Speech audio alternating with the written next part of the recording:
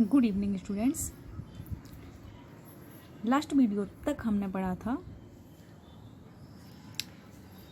टंग के बारे में। आज हम पढ़ेंगे डाइजेशन।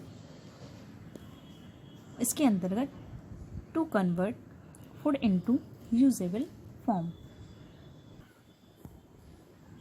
यहाँ डाइजेशन मीन्स पाचन, to convert food into usable form means food कैसे यूजेबल फॉर्म में कन्वर्ट होता है। आइए देखते हैं। The mouth, stomach and small intestine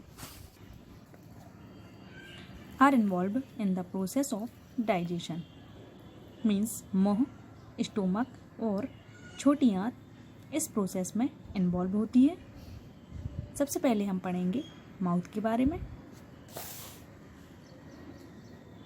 Digestion begins in the mouth. The salivary glands present in the mouth continuously secretes saliva. The primary function of saliva is to make the food moist.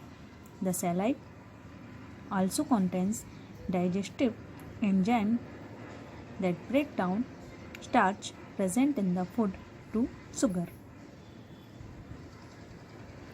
Digestion की प्रक्रिया मुंह से शुरू होती है और यहाँ पर सैलिवरी ग्लैंड्स प्रेजेंट होती हैं जिनसे सलाइवा निकलता है, सीक्रेट होता है। इसका फंक्शन होता है, मतलब इसका मुख्य कार्य होता है फूड को मॉइस्ट करना मीन्स लचीला बनाना, तरल बनाना, और जिससे यह एंजाइम की सहायता से छोटे टुकड़ों में विभाजित हो सके और स्टार्च की प्रेजेंस में यह शुगर में कन्वर्ट हो जाता है। सेकंड स्टेप हमारा आता है oesophagus. From the mouth the food passes into the esophagus or food pipe and finally reach the stomach. The walls of esophagus relax and contract repeatedly to push the food down. This type of movement is called peristalsis or peristaltic movement. No digestion takes place in the esophagus. इसके अंतर्गत भोजन मुंह से होते हुए oesophagus या फिर food pipe के द्वारा कहाँ पहुँचता है? स्टोमक में पहुँचता है। और ओसोफेगस की जो दीवारें होती हैं भोजन को नीचे की ओर धकेलती हैं जिससे वह स्टोमक तक पहुँचता है। इस मूवमेंट को हम पेरिस्टालिस या फिर पेरिस्टाल्टिक मूवमेंट कहते हैं। यहाँ पर भोजन का पाचन नहीं होता है। अब बात आती है स्टोमक की। The stomach is a U shaped muscular organ present in the upper abdomen. The inner walls of the stomach secrete digestive juice, mucus and hydrochloric acid. The digestive juices break down proteins into simpler forms while the hydrochloric acid kills the bacteria present in food and provides an acidic medium for the action of digestive juices. The mucus help in protecting the stomach lining from the action of acids. The food is partially digested and is in the form of a thick soup. Means stomach जो होता है वह U shaped muscular organ होता है जो कि abdomen में ऊपर की ओर स्थित होता है।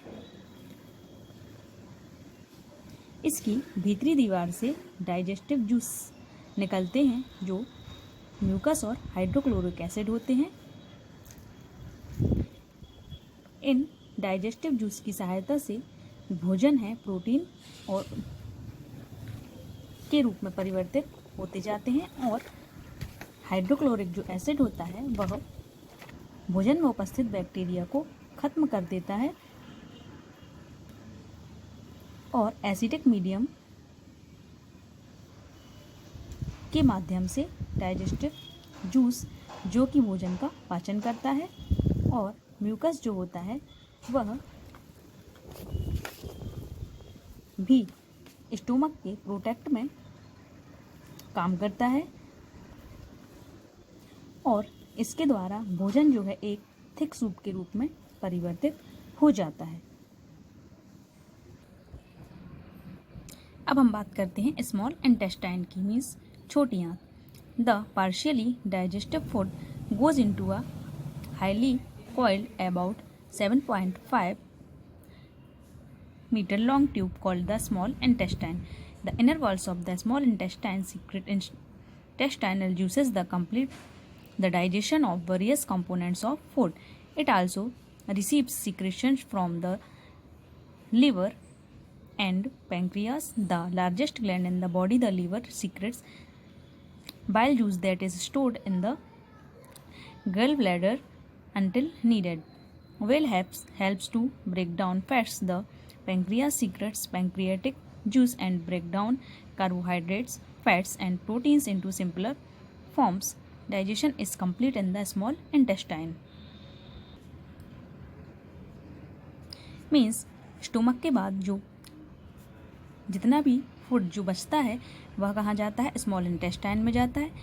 यह कॉइल्ड संरचना होती है जो ट्यूब की तरह दिखती है और 7.5 मीटर लॉन्ग ट्यूब होती है जिसे हम स्मॉल इंटेस्टाइन या फिर छोटी आंत कहते हैं।